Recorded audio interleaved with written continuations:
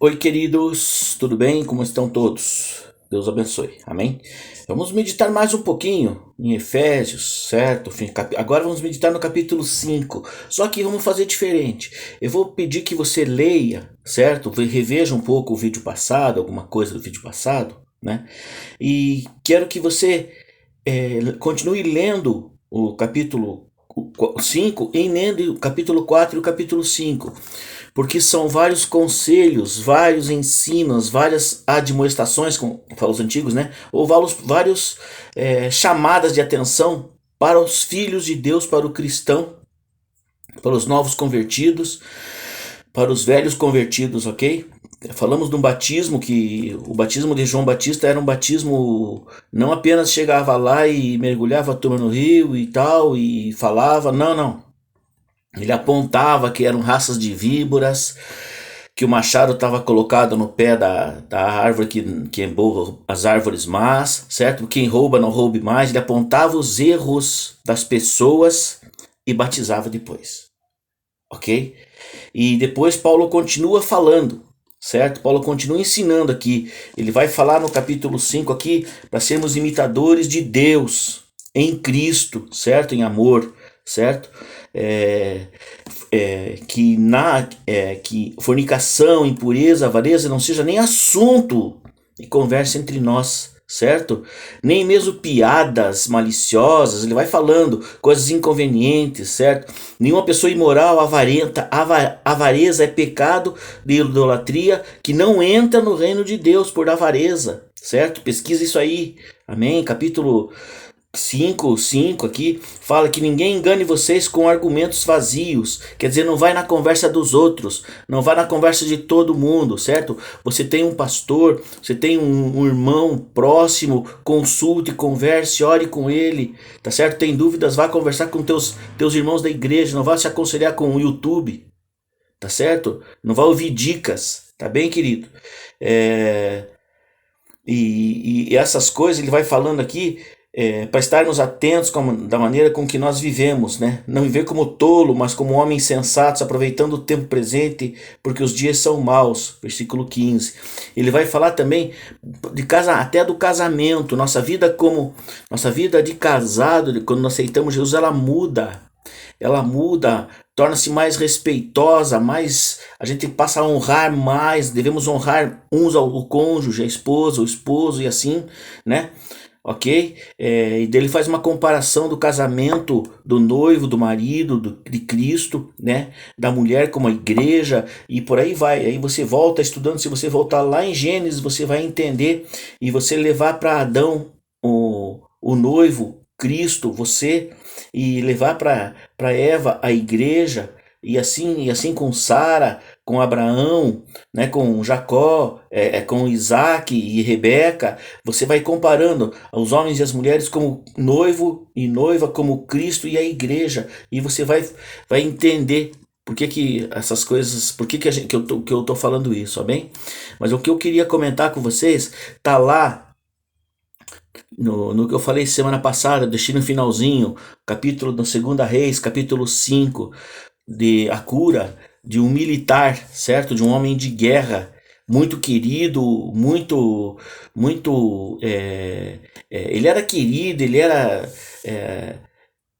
rico, ele era muito amado, ele era um homem vitorioso. Veja só, hoje nós escutamos muito, né? Seja um homem vitorioso, seja uma mulher vitoriosa e vitorioso e vitória em Cristo e tal. Não a igreja, né? Jamais, né? Mas a gente tem que ser vitorioso, vitorioso e vitorioso e vitorioso. Só esquecemos algumas coisas, porque às vezes nós focamos na vitória e esquecemos o nosso interior, ok? Como é que nós estamos?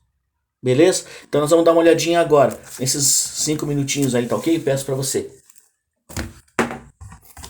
Nós estamos agora aqui, eu vou abrir uma Bíblia com a linguagem um pouco mais tranquila, vamos ler lá.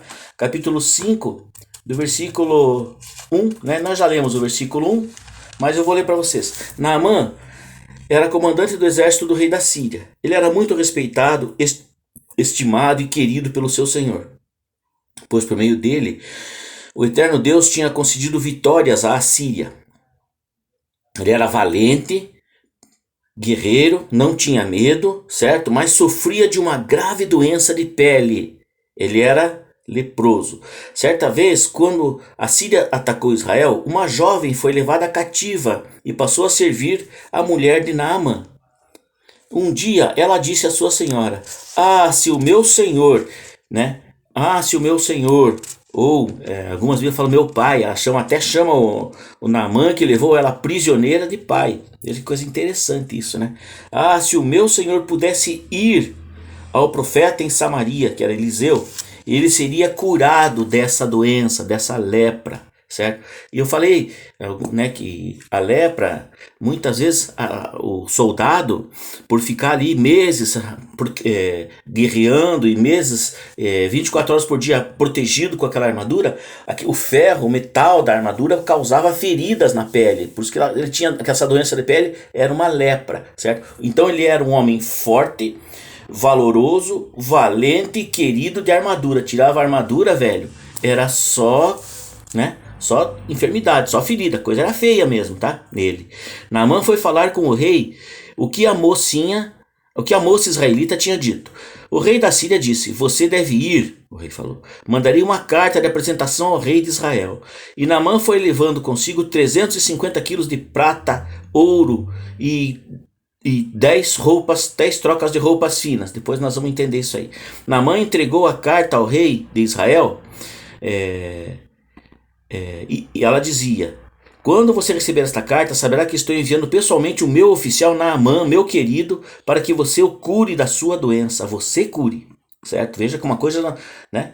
Quando o rei de Israel leu a carta, ficou angustiado, rasgou a própria roupa e disse: "Por acaso sou eu algum Deus com poder de tirar e dar a vida, ou de receber esse tipo de pedido? O que está acontecendo? O rei está querendo arrumar briga comigo, isso sim." Eliseu, o homem de Deus, ficou sabendo que o rei estava tão angustiado e tinha rasgado a própria roupa, e mandou perguntar a ele: "Por que você está tão perturbado a ponto de rasgar a própria roupa?" Quer dizer, eles rasgavam a roupa, eles faziam, tocavam a trombeta, né? A gente fala assim: toca a trombeta, né? Quando alguém está com um problema, toca a trombeta na família, faz né? Toca a tua trombeta lá no pastor, vai lá, conta para ele a tua dificuldade, o teu problema, toca a trombeta. Então rasgavam a roupa, mais ou menos isso também, tá ok, querido? Então, tanto é que isso chegou aos ouvidos de quem? Do homem de Deus, ok? Aí ele fala assim: "Envie esse oficial para mim, para que ele saiba que existe profeta em Israel", ok? Não envie ele, não fique com ele aí, não fique com o problema para você, venha para mim com os seus problemas, porque eu sou profeta em Israel, eu sou profeta de Deus, amém? Quando o cara é de Deus, não tem, né? Não tem pavor, não tem terror, não tem medo, não tem militar, não tem doença, não tem nada, né? Olha só.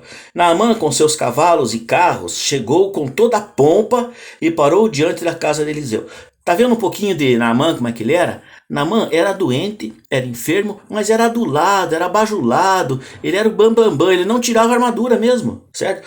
Então, ele era pomposo, ele era um cara, sabe, comprava tudo, ele tinha poder para tudo, matar, dar vida, dar morte, ele era um Deus, digamos assim, né? Um Deus de letra minúscula, tá ok? E Eliseu mandou o ajudante recebê-lo com esta mensagem, né?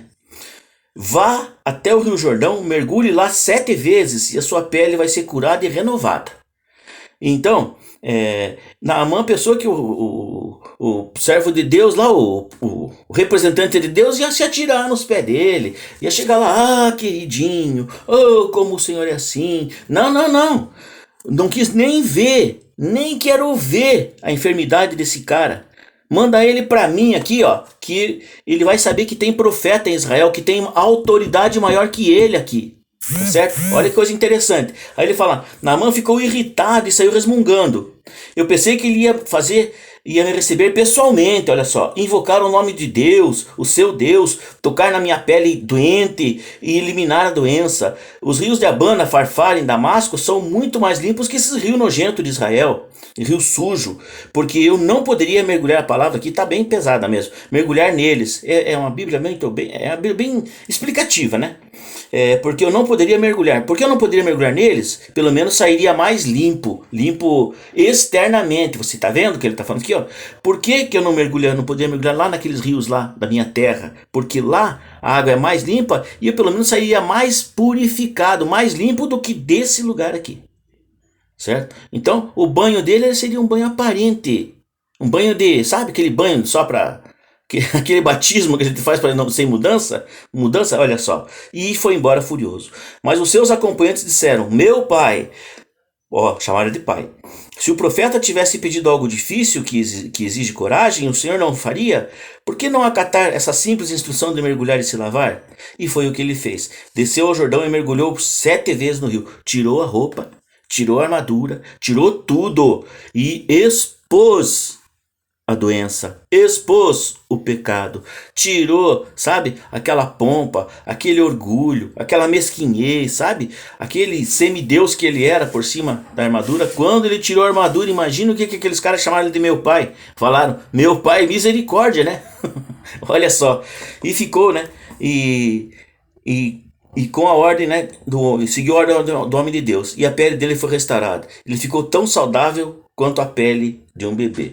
Até aqui tá bom, ok? Até aqui a gente já preenche o nosso espaço.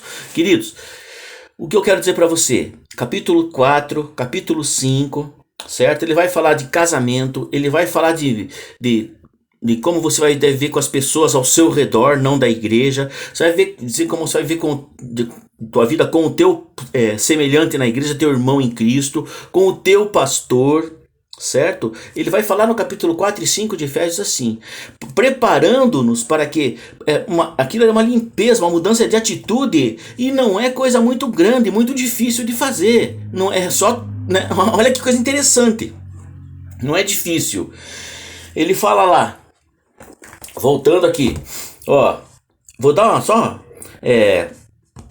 Fornicação é difícil? Se você é uma nova criatura, velho, você tem que lutar contra isso. Impureza, avareza, piadas indecentes, picantes, não ser inconveniente, certo? Não ser imoral, impuro, avarento. Ele vai falando, não ser desobediente. Ele fala outras coisas também. Ele fala antes, no capítulo 4 ali, né? Ele fala, que nós já vimos semana passada: afastem de vocês aspereza, desdém, raiva, gritaria. Cara, isso aqui é controle, é domínio próprio. Não tem nada de coisa assim que tem que ir lá vir o Espírito Santo e queimar você e tocar você com brasa do altar. Não. Tá escrito isso aqui: depois do batismo o Espírito Santo vai habitar em você, tá habitando em você. E daí você começa a procurar essa mudança de dentro para fora, porque sem o Espírito você não consegue fazer nada. Tá ok? Então, isso que eu quero dizer para você. Preparação para nós enxergarmos no capítulo 6. Você tá vendo? Que ele, tem que descer o rio 7 vezes, mergulhar lá, é só isso. E mais nada. E sair limpinho. Tá ok? E depois você pode até, se você gostou da história do 2 Reis, leia o capítulo 6, o capítulo 5. Você vai ver que o ajudante do Eliseu, né, o rapaz, o servo do Eliseu, ficou com a ganância do servo de Eliseu, porque Eliseu viu Naamã como um deus, como um rei, e quis usar a roupa dele, quis usar a túnica dele, quis usar aquelas coisas aradinhas dele lá, entendeu? Algumas coisas que ele tinha lá, que agora não me lembro bem da história, mas você pode ler aqui, tá ok? Fique tranquilo, pode ficar à vontade, se tem uma Bíblia em casa, faça isso. E você vai ver que ele pegou a mesma doença. Então, querido, prepare, vai mudando a tua vida, vai olhando o que você tem feito, vai procurando mudança, para você entender que a armadura de Deus não é só da boca para fora, não é uma roupa especial, certo? É um modo de vida. Deus te abençoe. Tchau, querido, fica com Deus. Desculpe a correria aí e o tempo avançado, mas é assim, Deus é bom e Ele é o Senhor de todas as coisas e está no controle. Tchau, tchau.